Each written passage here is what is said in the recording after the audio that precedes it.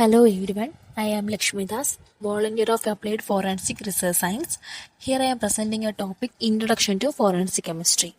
Moving on to the content section.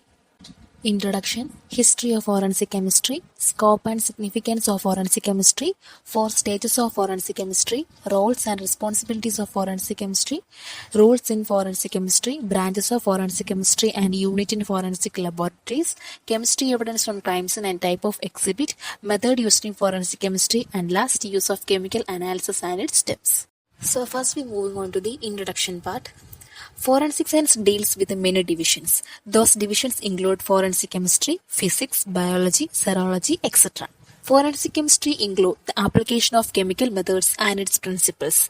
It examines the physical and chemical properties of evidence captured from crime scene and also a field of study to identify undetermined samples with the use of chemical and toxicological applications. Next, history of forensic chemistry. Forensic chemistry was made in 1936 by British scientist James Marsh. He developed Marsh test for the detection of arsenic. The test is known as Marsh test because the test was developed by the scientist James Marsh. That's why the test is known as a Marsh test. The very first history of forensic chemistry began with the analysis of poisons. Arsenic was the most common poison used during Roman times. The father of forensic chemistry is Matthew Orfila. His full name is Matthew Joseph Bonaventure Orfila. And also he made contributions in the early 19th century. He also known as the father of toxicology. The history of forensic chemistry is holding the facts of method developed by a scientist for the identification and analysis of poisons and other chemical products. Next, scope and significance of forensic chemistry. First, scope of forensic chemistry. The field offers career opportunities in both government and private sectors, that are forensic expert consultant, lab technician, specialist, etc. Forensic chemistry encompasses or include organic and inorganic analysis, that is arson investigation, toxicology and serology investigations, and other different skills set and techniques included in forensic chemistry investigations. Each type of analysis uses different techniques and instrumentation. The main scope of forensic chemistry is that there has an opportunity in toxicologist, analytical chemist, lab technician, forensic chemist, etc. The significance of forensic chemistry include the examination of petroleum products, analysis of various narcotic samples include marijuana, opium, cocaine, heroin, etc. Determination of alcohol in blood and urine samples with the help of a blood alcohol concentration level. Next, examination of low standard construction material like cement, bricks, etc. Examination of metals, examination of inflammable materials, and analysis of explosive, firearms, ammunition, drugs, paints, ink, etc. And also used in a drug screening athletics. Maybe athletics use some drug items to boost their energy for performance. So at that time, we done drug screening test in athletics. 4 stages of forensic chemistry. It include, first of all, collection or preparation of the specimen. Next, do the actual examination. Then communication of the result of examination. After that, appear the evidence in the court. Next, collection of specimen to be examined. Proper collection should be done for each evidences. Preservation of wet samples, dry samples should be in a suitable container, and transport those evidence to conduct investigation in the lab. Then the chemist should be the one who collect specimens. Only the forensic chemist should have to collect that chemical samples.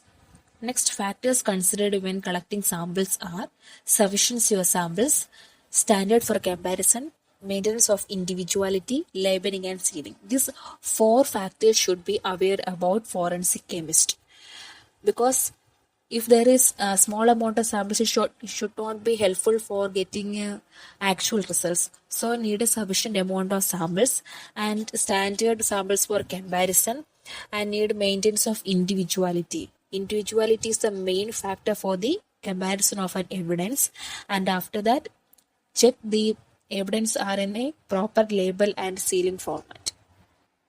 Next, roles and responsibility of forensic chemist. Roles of forensic chemist: analysis of non-biological materials found at the crime scene, link suspect to crime, determine nature of chemical material, perform various types of chemical tests, prevent contamination during testing, document his findings in an official report, testify findings in court of law.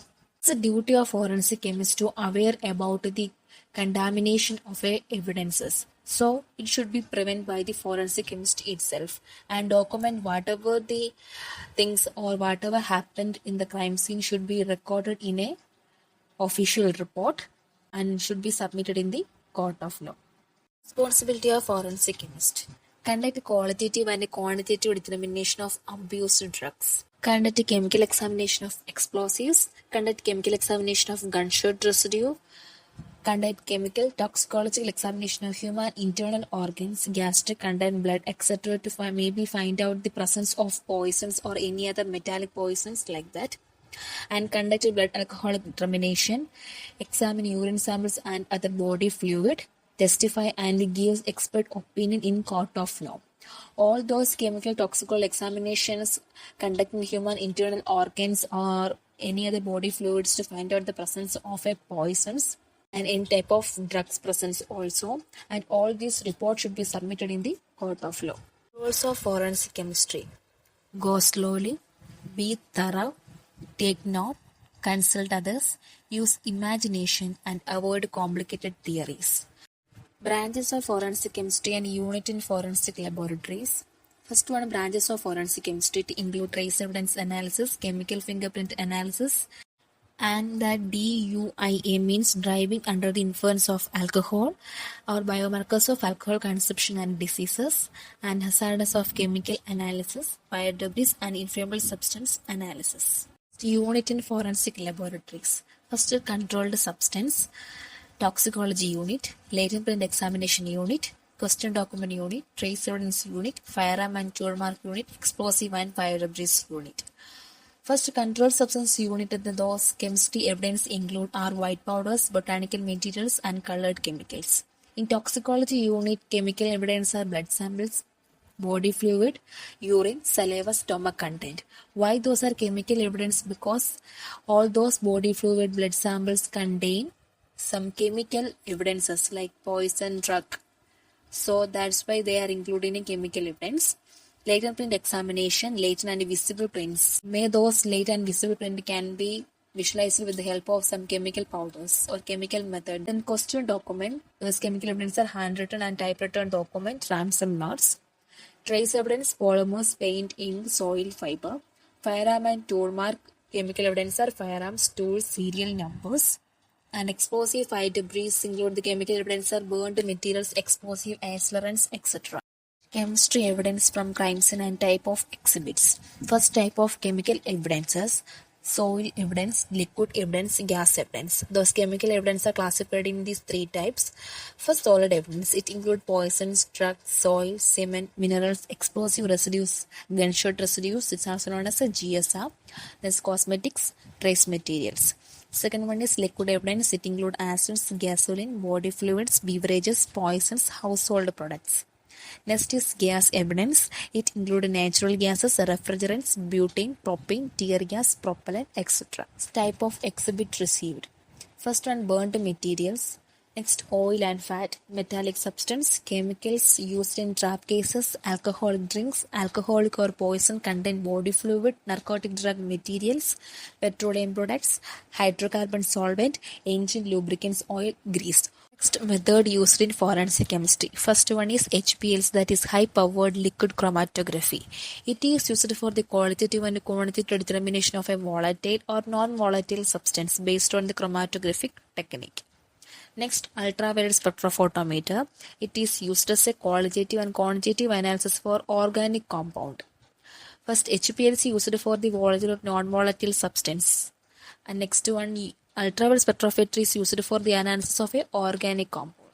Next, EMIT. Full name is Enzyme Multiple Immunoassay Technique. It is used for the screening test of abused urine samples. Next is SEM, that is Scanning Electron Microscope.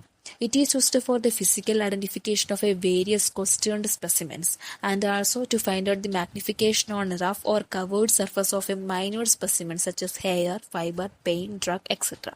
And at last, FTIR, that is Fourier transform infrared spectroscopy. It is used for this identification of a pure organic substance, for example, fingerprint of the substance. Next, uses of chemical analysis and its steps. First, use of chemical analysis. Determine the chemical identity of constituent of a sample. Separate a sample into its components. Measure the amount of the constituents in a sample. These are all the uses of a chemical analysis of a samples. Next step for chemical analysis. First of all, collect the sample. Then select the appropriate analytical technique. Those techniques are maybe FTIR, maybe SEM, maybe HPLC, like that. Next, prepare the sample and analyze the sample using chemical text and techniques. Then obtain the result, and after that, interpretation of result. Submit the result in the court of law. Next, cases received in forensic chemistry. Those cases are acidity cases, arson cases, trap cases, adulterated food product, maybe adulterated alcohol products also, drug materials, smuggled items, liquor, petroleum products, etc.